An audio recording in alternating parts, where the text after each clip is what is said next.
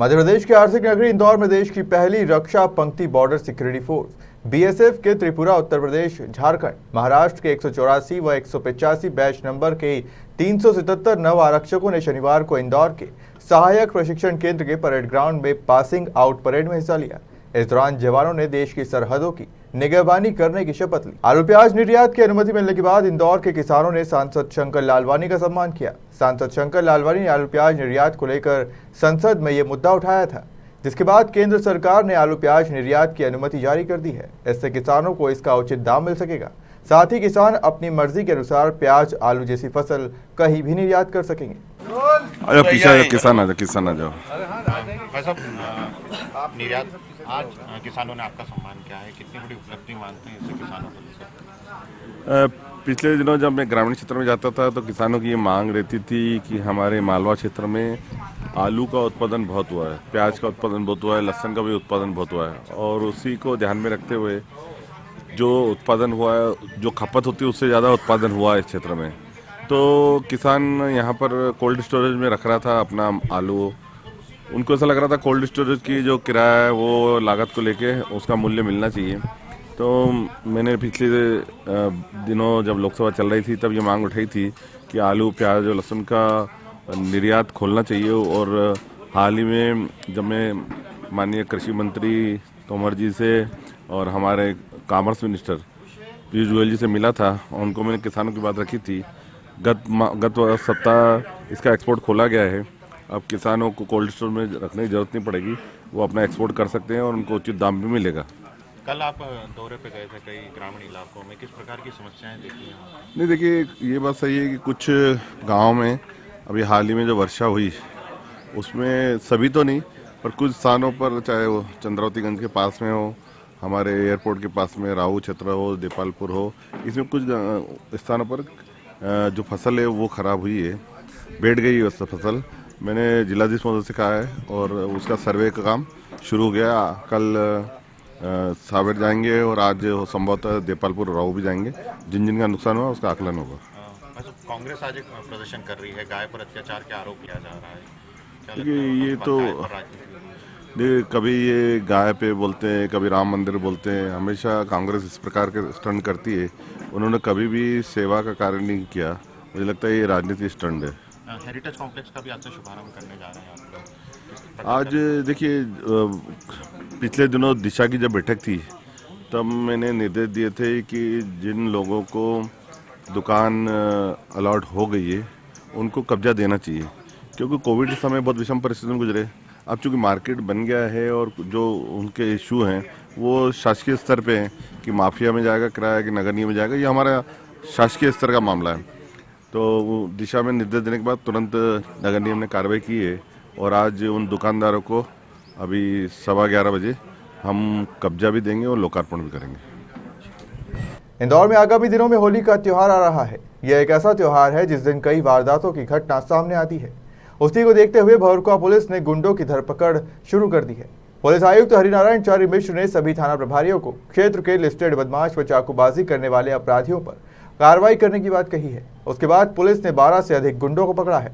Sir, आगामी त्योहारों को चलते हुए गुंडे बदमाशों पर भी कार्रवाई की गई है। सर, किस तरह की कार्रवाई है? जैसा कि आप जानते हैं कि पिछले कई होली के त्योहारों में इंदौर शहर में एक समस्या कई बार खड़ी हो जाती है कि कुछ लोग नशे की हालत में और हुड़दंग करते हैं और चाकूबाजी वगैरह की घटनाएं, झगड़े फसाद में या अनायास ही बिना किसी कारण के चाकूबाजी करते हैं।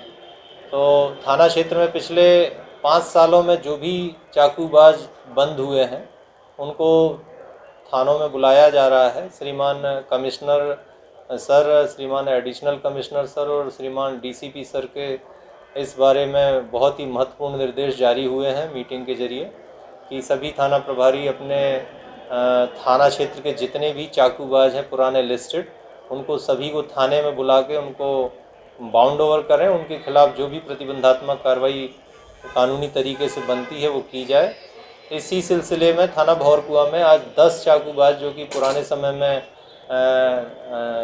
गंभीर तरीके से जिन्होंने चाकूबाजी की है उनको थाने पर बुलाया गया है और उनके ऊपर जो भी उनके कानूनी कार्रवाई है विधिवत वो की जा रही है। किस तरह की हिदायत दी है इनको?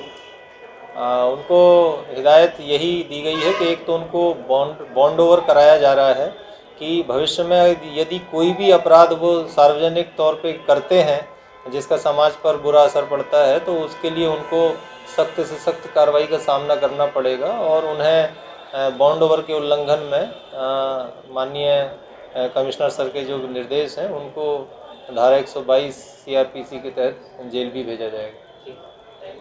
इंदौर के भंवरका थाना क्षेत्र के खंडवा रोड पर मौजूद एचडीएफसी बैंक के एटीएम को अज्ञात बदमाशों ने तोड़कर लूटने का प्रयास किया था। घटना की जानकारी के बाद पुलिस ने अज्ञात आरोपी को सीसीटीवी फुटेज के आधार पर गिरफ्तार किया है।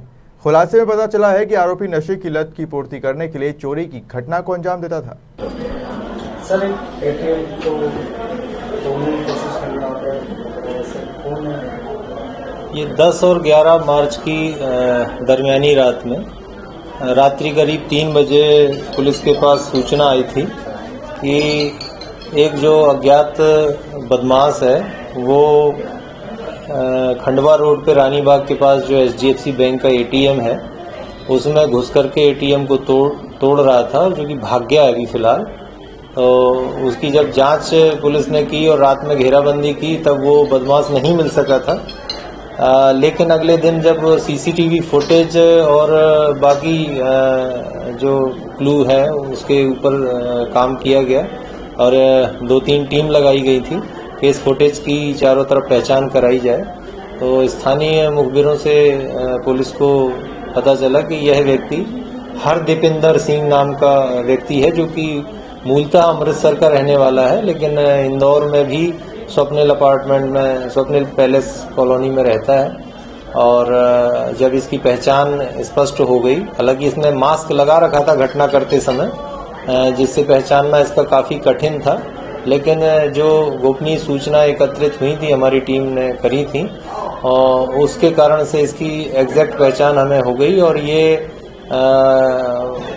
फरार होने की फिराक में था। उसके पहले ही इसको पकड़ लिया गया और अभी धारा 457, 380, 511 की आईपीसी की कायमी करके इसको हिरासत में ले लिया, पूछताछ चल रही है। सर क्या बैकग्राउंड है इसका, क्यों मूव करना चाहते थे बताएं। इसके बारे में अभी जो जानकारी मिली है और इससे जो पूछताछ में बात सामने आई है कि ये ब्राउन शुगर का नशा करता है और नशे की गिरफ्त में होने के कारण ये वैसे तो एक ट्रांसपोर्टर है, ट्रक वगैरह चलते हैं, लेकिन नशे की गिरफ्त के कारण ये काफ़ी जो पैसे की किल्लत से गुजर रहा है और पैसे की किल्लत के कारण इसने एटीएम तोड़ने की जो योजना बनाई थी।